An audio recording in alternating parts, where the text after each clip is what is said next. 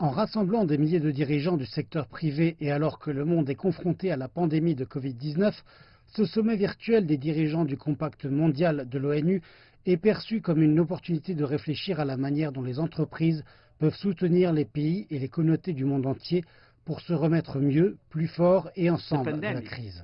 Nous faisons face à une crise sanitaire, à une crise aussi bien économique que sociale, sans parallèle dans l'histoire des Nations Unies. Plus que jamais, alors que de grandes décisions sont prises pour notre futur, les entreprises doivent répondre aux risques environnementaux, sociaux et de gouvernance de manière holistique et aller au-delà de la routine habituelle.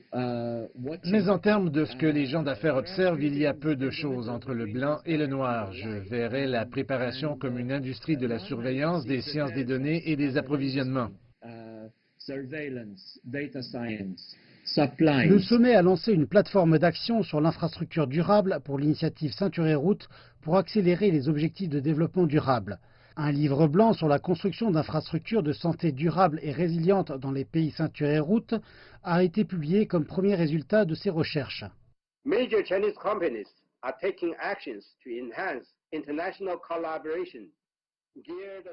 D'importantes compagnies chinoises adoptent des actions pour améliorer la collaboration internationale, dirigée vers la construction de centres mondiaux et régionaux de stockage d'équipements anti-épidémiques, en mettant en place des entrepôts de réponse aux urgences humanitaires mondiales, en s'efforçant de stabiliser la chaîne mondiale d'approvisionnement et en contribuant au bien-être public mondial. Ceci est encore plus important et urgent dans les pays de l'initiative Ceinture et Route, où la plupart des pays en voie de développement se situent. This is even more important and urgent for BRI countries, where most developing countries are spread. La plateforme d'action devrait servir de mécanisme international crucial pour faciliter la contribution de la communauté des affaires à l'investissement continu et à la promotion de l'infrastructure durable dans les pays de Ceinture et Route.